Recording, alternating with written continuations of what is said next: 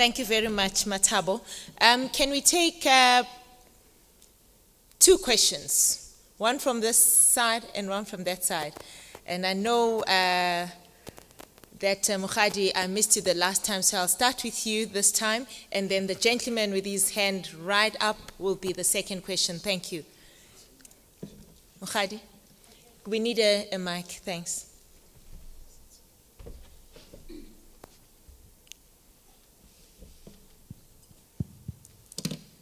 Thank you very much. So I'm very impressed. My question is, when I look at the World Economic Forum Competitiveness Index, where we are with governance, what you have communicated is powerful. Between the 4th floor and the 5th floor, here's the question. How do you get each member of the organization to own, as Matabo says, risk, and have pride in seeing it as the oil that gets things to happen? And Louis, your beautiful articulation of whether you put risk or audit together or it's separate, you are very clear about what the responsibility is and the accountability is. How do we ensure the execution? Because again, I remember I made this comment 3 years ago. We are excellent at articulating the strategy, the plan, the intent. But when it comes to execution, we fall short. Surely, there must be a way we can bridge the gap.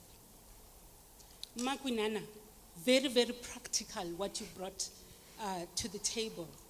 My question is, how do you ensure ownership as an example of what you've done with your committees? Thanks. Okay, let's take the second question in case they could be addressed together. Thank you very much. Angarit from, is it working? No, it is not working. All right, and I'm from the Northern Cape Provincial Treasury, Risk Management Support. What I find common between the three speakers is the fact that risk management is actually the responsibility of management, and the risk officer facilitates and coordinates risk management processes. I agree fully with that.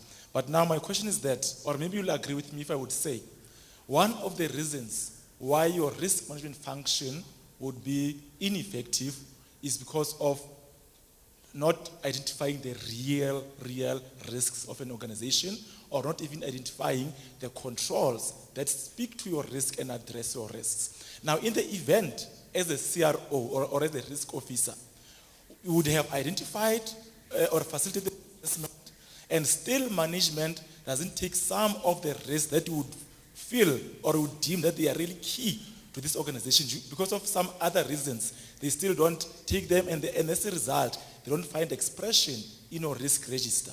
My question is, especially to the audit committee chairperson, is it appropriate now as a risk officer, when I report to the audit committee, I isolate such risk to say, over and above the risk register that is in place, that we are presenting to you, here are the list of those risks that I believe they are so key that maybe you should consider. So my question is that, is it appropriate then to escalate it further to the audit committee? Thanks. Okay, thank you very much. I would ask that we start with Mokgadi's question. Louis, I know she also made mention. I actually thought we were friends, Mokgadi. You should have addressed your question to somebody else.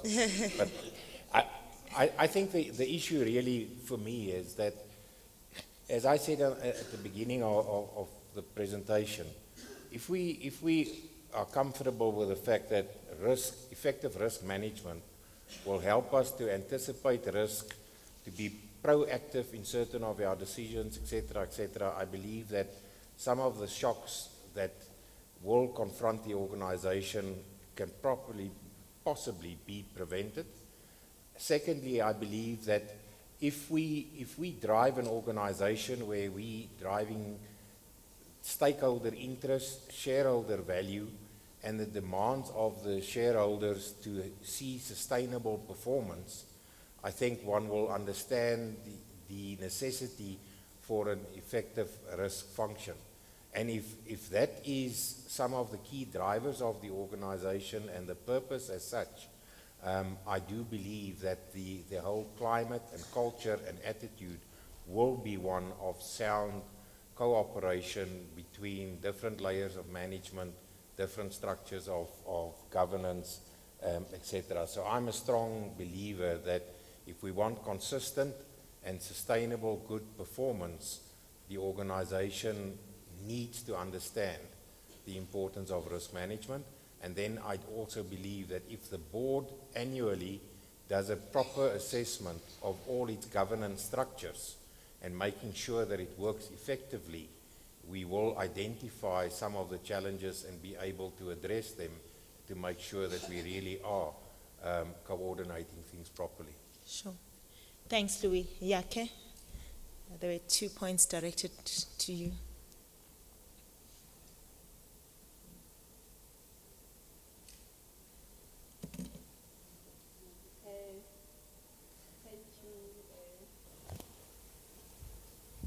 Thank you, Cindy. The question of ensuring ownership of risk, basically, the most important thing is communication and also awareness. And also that should, whatever the person is responsible for in terms of risk should also be included in their KPIs.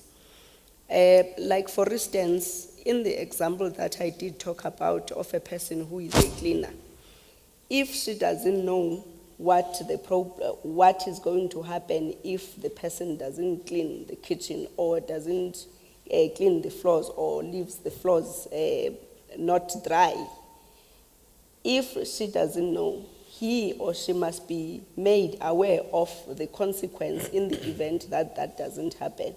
And therefore, communication and awareness is very, very important in terms of ownership.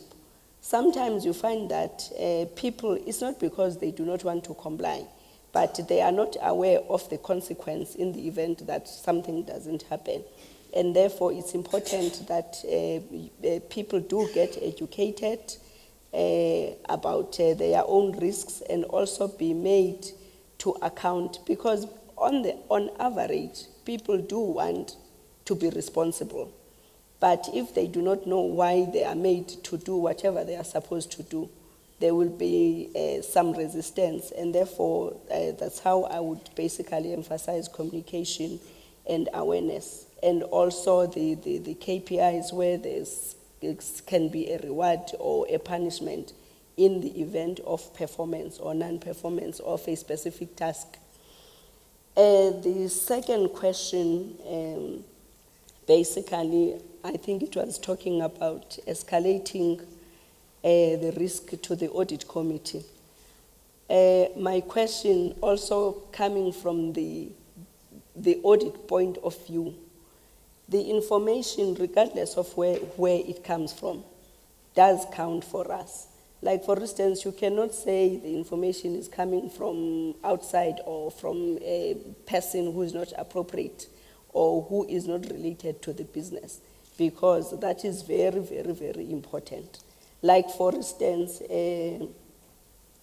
I think I got the authority from some of the members here who are employees of SAA, where I chair the audit committee, amongst other areas. For instance, if a person, any person, is phoning to say there is maybe a terrorist in one of our planes, we don't know where that information is coming from.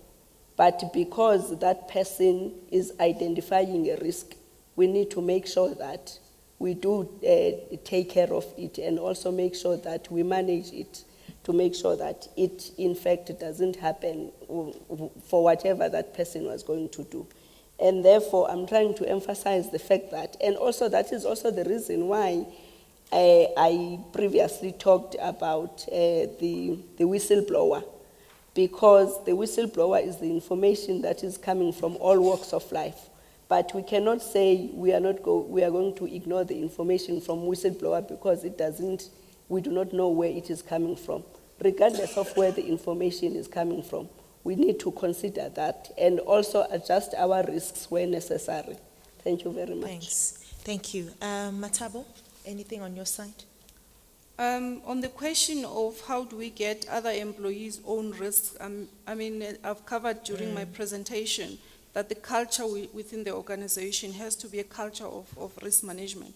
So I know culture can only be created over time if it's not the culture yet. So we need to have that culture from the top to the lowest level of the organization. And secondly, it has to be embedded within the employees' day-to-day activities.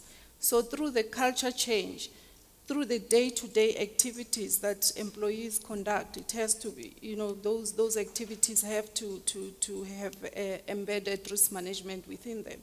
And awareness and training, as Yake mentioned, training on what needs to be done. The cleaner needs to know how to manage risk within their area, so the relevant training should be provided.